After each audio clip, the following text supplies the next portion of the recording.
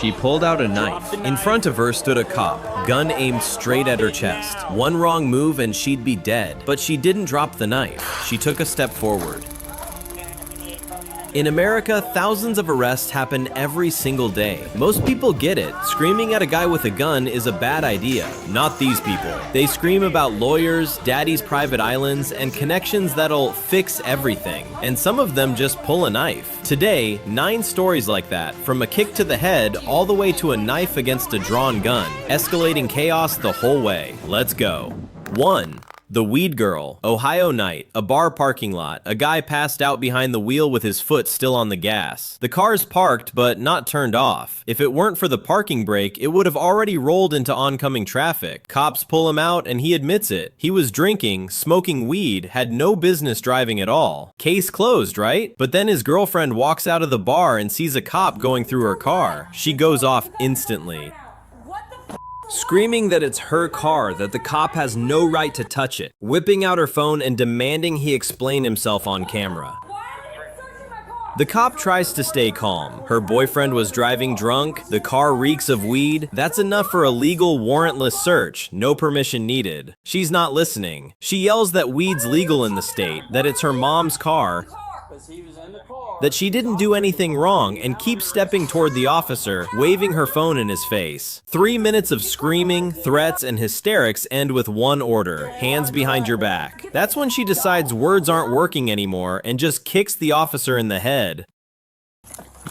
The reaction is instant. She's pinned down, cuffed, hauled to the station. In the car, they find pill bottles and way more weed than just personal use. Final charges: obstruction, resisting arrest, disorderly conduct. Her boyfriend, meanwhile, just went home quietly because he didn't act like an idiot. 2. Karina, the airport bathroom Karina, caused such a scene on the plane that she got pulled off the flight before it even took off. When the cops showed up, she didn't stick around to talk. She bolted into the airport bathroom and locked herself in. When the cops find her, she flips straight into full victim mode. "I'm being harassed, I'm uncomfortable, I'm not okay." Not a single word about what actually happened on the plane. Okay, well, I'm here to help you. Asked if she'd been drinking, her only answer, "Is that even illegal?" Then comes the circus cops have heard 1,000 times. Every single question gets the same answer. "I'm calling my lawyer first." Eaten today? Lawyer. Taking any meds? Lawyer. Headed to Atlanta? Lawyer. She repeats it over and over like a broken record, Any questions? I'm gonna call. clearly hoping the phrase alone will stop the whole arrest. Her slurred speech and wobbly stance say way more than any of her answers do. The cops drop the formalities and cuff her. That's when the real show starts. "I don't want him touching me!"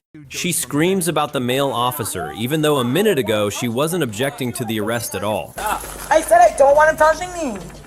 Then come the kicks aimed at officers while getting into the car. A hysterical, "Yes, daddy, I'll be a good girl," and the grand finale, refusing to get out of the car once they reach the station. Final charges: assaulting an officer, public intoxication, resisting arrest. The lawyer, by the way, never showed up. 3. The island owner's daughter. Cops pull over a Tesla for reckless driving. The car stops, then peels off again immediately.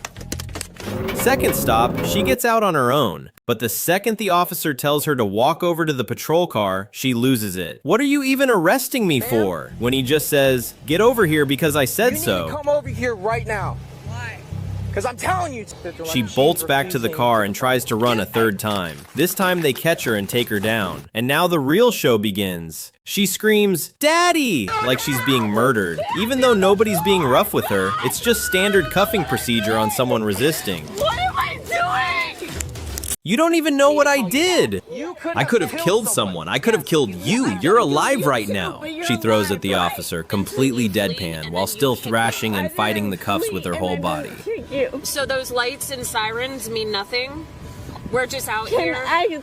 Then comes the magic phrase, "My dad owns an island." The cops, unsurprisingly, are not impressed. She's 24, and calling daddy isn't part of the standard procedure for drunk driving and fleeing a stop. They eventually let her call him anyway, and surprisingly, he tells her exactly what she needs to hear. "You put yourself in this hole, now calm down." She racks up a full list of charges. Found yourself in a deep hole and they're going to take a picture. You're going to have to calm down.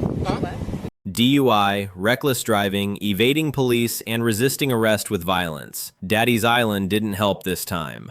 4. Terry. The airport Terry's running for her gate, drunk and late, and literally shoves her way through the line, pushing other passengers aside. A guy in line stops her and puts her back at the end. And that's when Terry comes up with an idea that almost ruined an innocent man's life. He choked me! He threw me to the ground! She screams at the top of her lungs, grabbing her own throat. Problem is, not one of the dozens of witnesses around saw anything like that. What they did see was her trying to cut the line herself. Terry demands the airport manager, demands a cop, yells that she's a former NYPD officer, apparently hoping that's some kind of magic word. It's not. 15 minutes of screaming, accusing all of America of racism, and a grand finale of I'm moving to Spain, and the only way they could.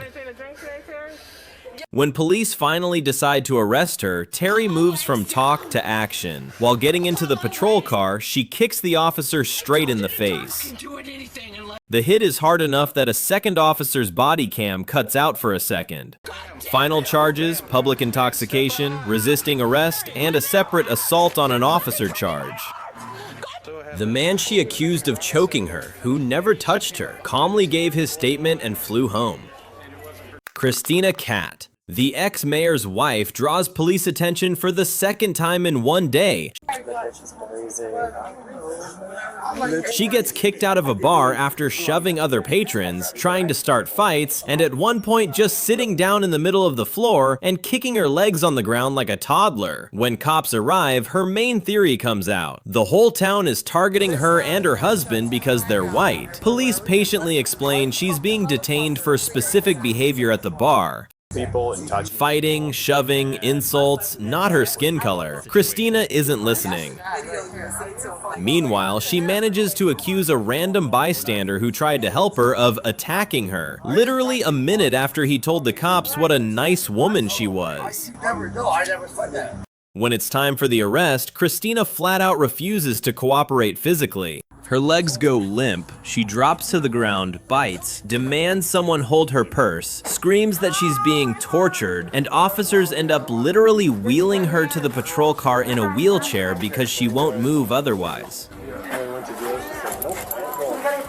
Along the way, she manages to insult basically everyone who tried to help her, including that same kind bystander. Final charges, disorderly conduct, and resisting arrest. The town definitely won't miss her. 6. Miss Upton, Plano, Texas. 3 friends of Indian descent are saying goodbye in a restaurant parking lot, chatting in their native language. A stranger walks up and out of nowhere throws in their faces, "Go back to India, nobody wants you here." The girls obviously talk back, and that's when Miss Upton goes from words to fists, hitting one friend in the face, then the second, then the third. The most absurd part of this whole story, Miss Upton films the entire thing on her own phone, apparently genuinely believing that recording herself beating up strangers would somehow work in her favor later.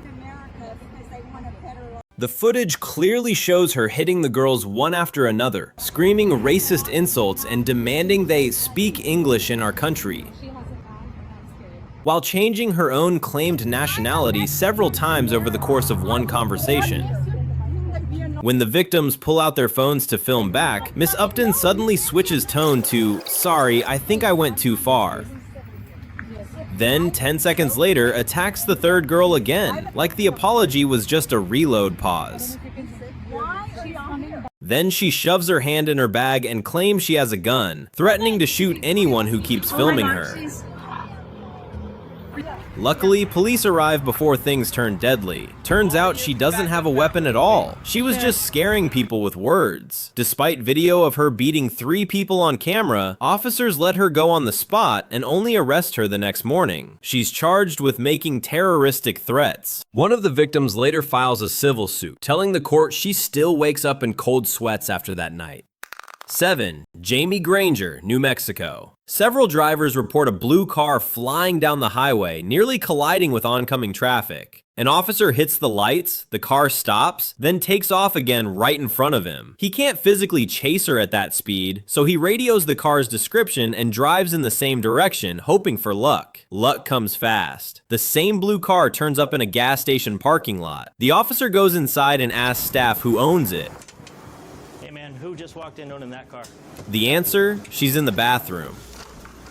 What follows is one of the most ridiculous scenes in traffic stop history. The officer knocks on the stall door. The woman inside screams, "I just want to use the bathroom!" And the door eventually gets kicked in, with Jamie Granger let out in cuffs. At first, she flat out denies everything. "I was just going to the bathroom. I didn't do anything." Wasn't you. Then she admits she'd been drinking. Then she starts thrashing, screaming, and trying to break free of the cuffs in front of everyone. Officers offer a sobriety test. She agrees, then has a meltdown mid-test and shouts, "I'm drunk, okay? I'm drunk!" right there on the road. At the station, while searching the car, they find 2 open vodka bottles on the driver's seat. And that's when Jamie goes full chaos mode. She screams that she's being assaulted, that it'll count as sexual assault, that the cop will get an extra charge if he lays a finger on her. You're gonna get battery on a... Come on. No! Come on.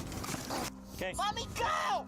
And at the peak of it all, kicks the officer straight in the chest hard enough to knock out his body cam for a second. Then she's biting, thrashing with arms and legs until it takes 4 officers to physically get her into the patrol car. Final charges, aggravated DUI and 2 counts of assaulting an officer. 8. Desiree, the kid in the car. A black SUV is flying down residential streets, nearly hitting other drivers. I don't know her issue. When the car's finally pulled over, one detail should make any normal person's hair stand up. There's a kid in the back seat, and it's the grandmother behind the wheel, driving her own grandchild in that state. Are you, I guess your mom? Grandma? I had no clue. From the first second, the woman starts being rude, yelling and threatening police with a lawsuit because I've got proof. Asked to step out of the car, refusal. Asked to take a sobriety test, she ignores it and keeps screaming. When officers finally pull her out for testing, No, he told me. Get up, get in there. He told she suddenly starts kicking one of them mid-procedure, earning another charge in real time. At the station, it comes down to a breathalyzer, and the result turns a bad situation into a catastrophic one.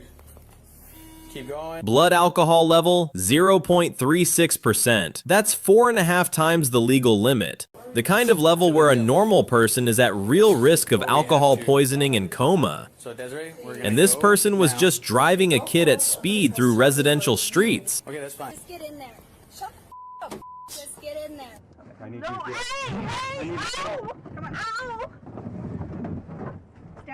When they try to walk her into a holding cell, she blows up again, digging her heels in, screaming, "Don't touch me," threatening new lawsuits against everyone trying to get her there, and keeps resisting until she's physically inside. The final charge list is heavy even by this list standards. Aggravated DUI, child endangerment, 2 counts of assaulting an officer, and 3 counts of resisting arrest. 9. Brandy Magan. Walmart store employees call the police because a woman inside starts threatening shoppers with a brick she grabbed off a shelf. When the brick gets boring, she steals a folding knife and keeps threatening people with that instead. The first officer on scene finds her at exactly that moment, knife in hand, pointed at random shoppers. Drop the knife now. He draws his gun and aims it right at her, ordering her to drop the knife. Brandy doesn't react at all, like she doesn't even notice a gun barrel staring at her from 15 feet away.